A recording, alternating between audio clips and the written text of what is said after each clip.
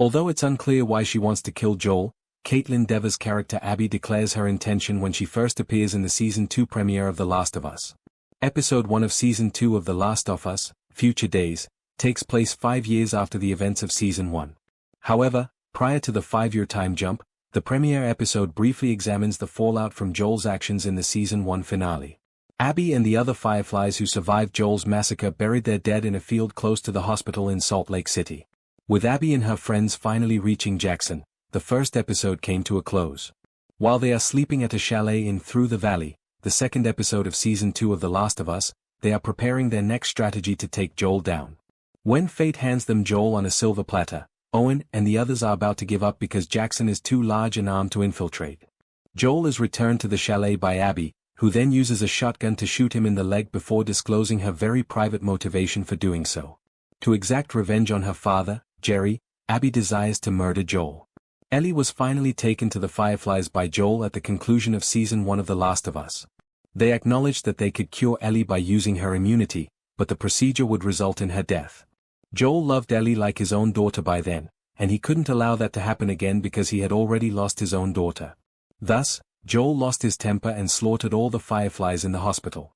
Joel killed him because the surgeon who was going to remove Ellie's brain tried to stop him when he arrived in the operating room. Abby, the surgeon's daughter, was devastated by his premature passing. His name was Jerry Anderson. Finding Joel and getting even was her only priority for the next 4 years, 5 years in the TV series. To finally finish this quest for vengeance, Abby and her friends traveled to Wyoming after finding out that Joel's ex-Firefly brother Tommy had last been spotted at a Jackson settlement. In The Last of Us Season 1, Abby was present at the hospital but didn't actually appear on screen, although a background character with a ponytail was thought to be Abby. Abby and Jerry were in a nearby park assisting a zebra that had escaped from the same zoo as the giraffes Joel and Ellie saw when they arrived at St. Mary's Hospital, according to flashbacks in The Last of Us Part 2. When Owen emerged to pick up Jerry, he informed him that the immune girl had been located and that her immunity appeared to be genuine. The primary distinction is that Joel, rather than Dina, is on patrol with Tommy in the game. Jerry returned to the hospital, discussed the matter with Marlene, and then made the painful choice to end one life to save millions. During Joel's massacre, Abby was prepared and armed, but it was too late to save her father, according to another recurrent flashback in The Last of Us Part 2. Joel was running away with Ellie when she came down the hall to the operating room and discovered him dead. It appears that this flashback will also appear in The Last of Us Season 2 based on the trailers. TV series also adapts to a new medium by making some significant changes. Joel's death in The Last of Us Season 2 and his death in the video game share many similarities. However, the TV series also adapts to a new medium with some significant changes, as usual. The most significant distinction is that Joel, not Dina, is on patrol with Tommy in the game. It goes pretty much the same way aside from that. After Joel rescues Abby from a group of infected, Abby entices him to the chalet where she and her friends are staying, and then she surprises him by shooting him in the leg with a shotgun. Joel accepts his fate with stoicism and resolve in both situations. He is aware that he has been waiting for this moment and has been living on borrowed time since the Firefly massacre. He says something like this in a badass one-liner in every version. He says to Abby during the game, "Why don't you just say whatever speech you practiced and end this now? Shut the F***K up and do it already," a frustrated Joel says halfway through that speech in the TV show. Joel's head is struck by the golf club's first blow in the game, but in TV show, Abby first takes a few swings at Joel's leg gunshot wound. Ellie shows up in both versions as Abby is torturing Joel, and she vows vengeance immediately following the last fatal blow. However, she is still conscious when they leave the chalet in the TV show, and she crawls over to Joel's body to lie with him and remove the club from his neck. The scene in which Abby kills Joel in The Last of Us Part 2 caused a great deal of controversy and outrage among a vocal minority of players. Many players anticipated that the second game would be more about Joel and Ellie's relationship, since that was the main focus of the first one.